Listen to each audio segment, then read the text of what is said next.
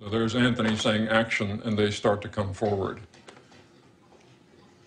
We could begin it anywhere in here, but see, there now somebody falls right here, and that's good. Falling is good. We will edit this shot into the timeline, and there it is.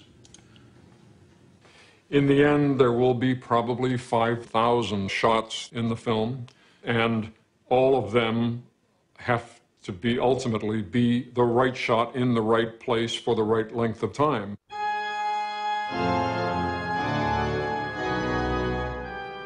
When I was watching Nosferatu when I was a kid, our main guy is up in the castle and night has fallen and we're very suspicious something's about to happen, and we see Nosferatu down the hall. That section is what scared me the most, and in terms of editing, it caught my attention because of this. We saw this vampire with pointy teeth and scary eyes very far away down a hallway. And then we cut to our guy, and he's very scared. And we cut back, he's 6 feet away from us. He's just on the other side of the door. And every time I saw it, I was very, very scared. And I remember waiting for that moment of being surprised. When people come into a theater, they're already keenly aware of their own fears. It's like, let's gather around the campfire and listen to the shaman talk. The screen being the fire. We'll sit in a circle, we'll be in the darkness, we'll be in a dreamlike state, we'll be connected to strangers in a way that we're normally not in the rest of our culture, and we'll feel things in unison. Well, the opening sequence of Scream is almost a film in itself. It is kind of whacking the audience upside the head in 15 minutes, where you introduce a character, develop her, endear her to the audience, and then kill her unexpectedly. That's a matter of yourself and your editor sitting there and thinking, what is that audience, that phantom audience that you're imagining in your mind thinking? It's all judgment calls. It's all about rhythm. It's all about getting that part of it right so that there's no moment where they feel quite easy, no moment where they feel they can know exactly what's coming next.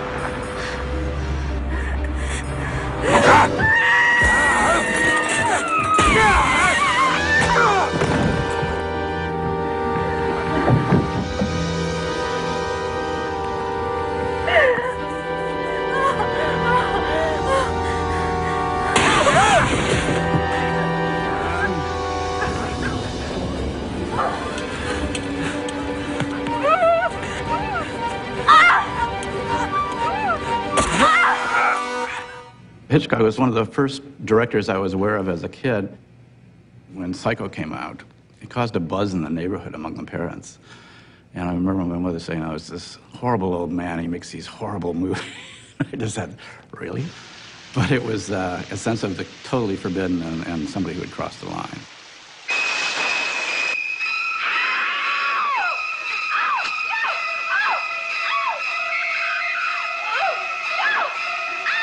So later when I saw his films, it was the kind of delight of seeing this kind of savage wit, if you will, that beneath in Hitchcock's case, especially the very urbane, sophisticated, civilized veneer was this kind of feral, quick animal that knew exactly where the jugular was and kind of delighted in the taste of the blood.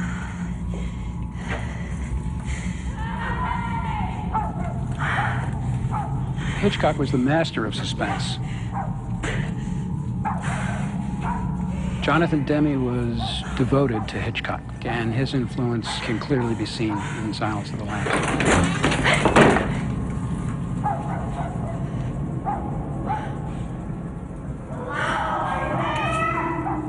Suspense is really an expression of fear.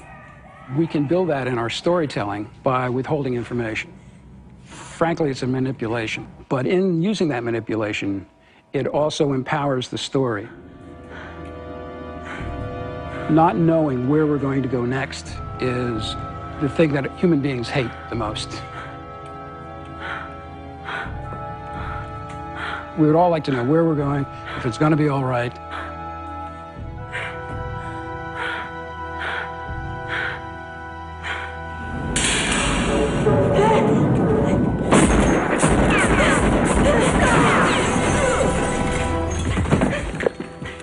My editing process is an intuitive process. It's what feels truthful, it's what feels strong, and it's what works. You know, you hear this from a lot of editors. I mean, Dee Dee Allen always used to say to me, you know, I cut with my gut, and she's right.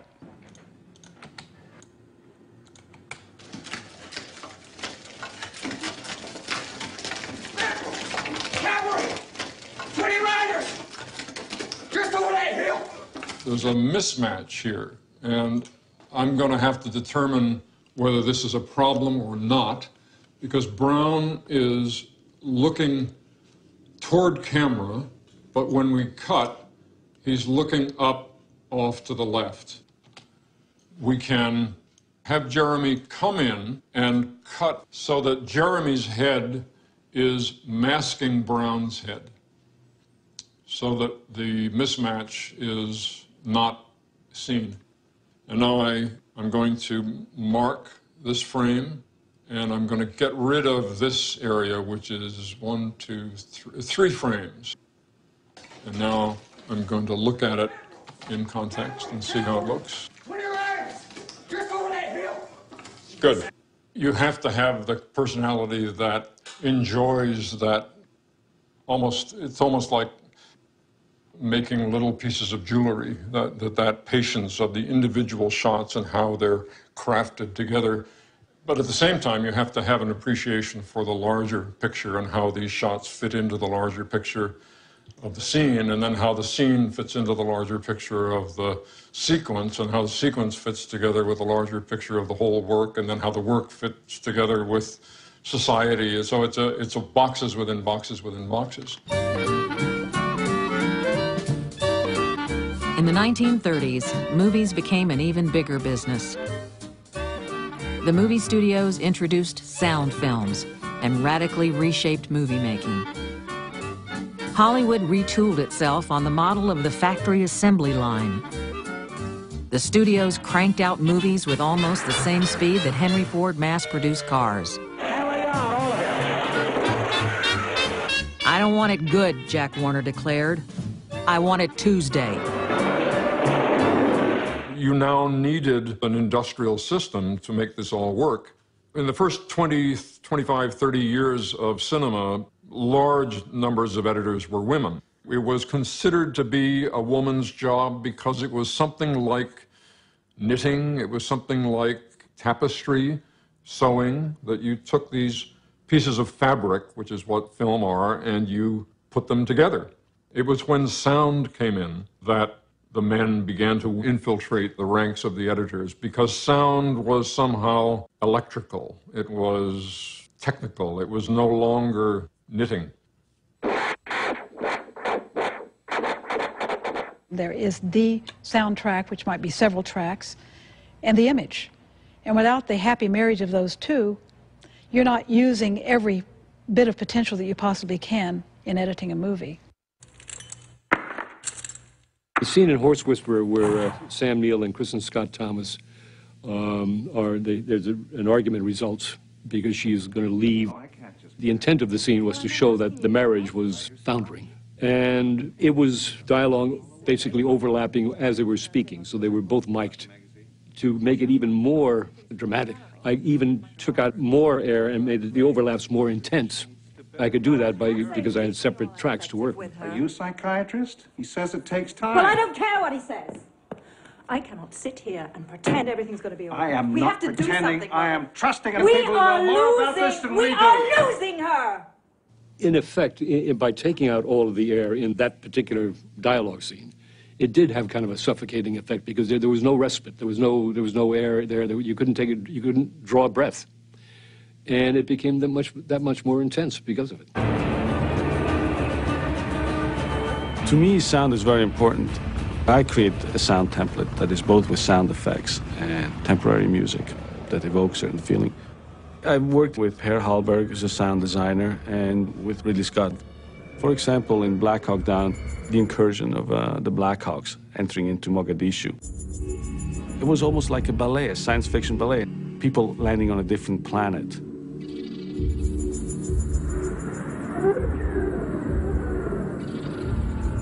I was not interested in hearing all the helicopters, only music, showing it from a subjective point of view. So this idea of science fiction, when I was putting the scene together, just inspired me to use almost no sound. I remember that the real Black Hawk pilots wanted to see the footage. So one day I just showed them an assembly. They were really moved. One guy, almost tearing in his eyes, says, "Man, I don't know, this looks great. I got goosebumps." These were the guys that were there, you know, and it felt real to them.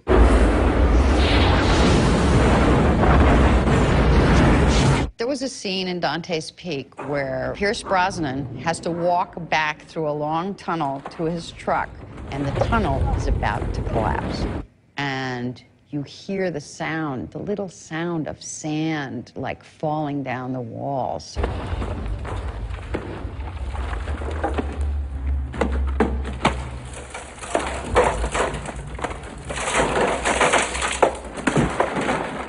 So at one point, the music editor asked me for the scene, and she proceeded to put music on it.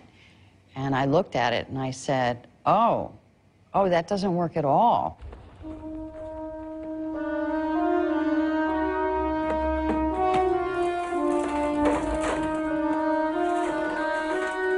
Because suddenly I'm hearing music, and I'm not hearing all that stuff, that tiny little sand thing that makes me scared. If you were in a really dangerous situation, your ears would be so open and hearing every little tiny, tiny sound. If it just has music smooshed over it, you know, it takes away that sense of listening with all your might. I mean, if I were the character, I'd say, "Turn that off, I can't hear." The advent of sound expanded the editor's role in Hollywood. During the 30s and 40s, directors rarely came into the cutting room. The editing was controlled by the studios and their supervising editors. One of the most powerful was Margaret Booth, supervising editor at MGM for 30 years. Mastering the transition to sound, she caught the attention of legendary producer Irving Thalberg, who was the first to call cutters film editors, starting with Booth herself. She oversaw all the production and had a say in almost everyone. But Maggie was probably the toughest and most feared woman at MGM. I mean, people would shudder when they hear that she was on the phone, or she'd bust into the editing room, or you'd get a call, "Come down to room F," which is her room. You think, "Oh God, what have I done now?" Margaret would tell the editors, "It's your responsibility for the pace of the movie. It's your responsibility to get the best performances out of your actors. It's your responsibility to make it as good as you can." Margaret Booth, she used to say, "If I feel there's a cut at a certain spot, whether it matches or not, cut. And you cut," he says, "for the emotion. And if you will get away with so much by doing that." And I would hear her really yell at different editors who would say, "Oh, it doesn't match." She said, "I don't care. You know, cut." Booth, like other great studio editors of the era, helped create many of the stars of the golden age of Hollywood.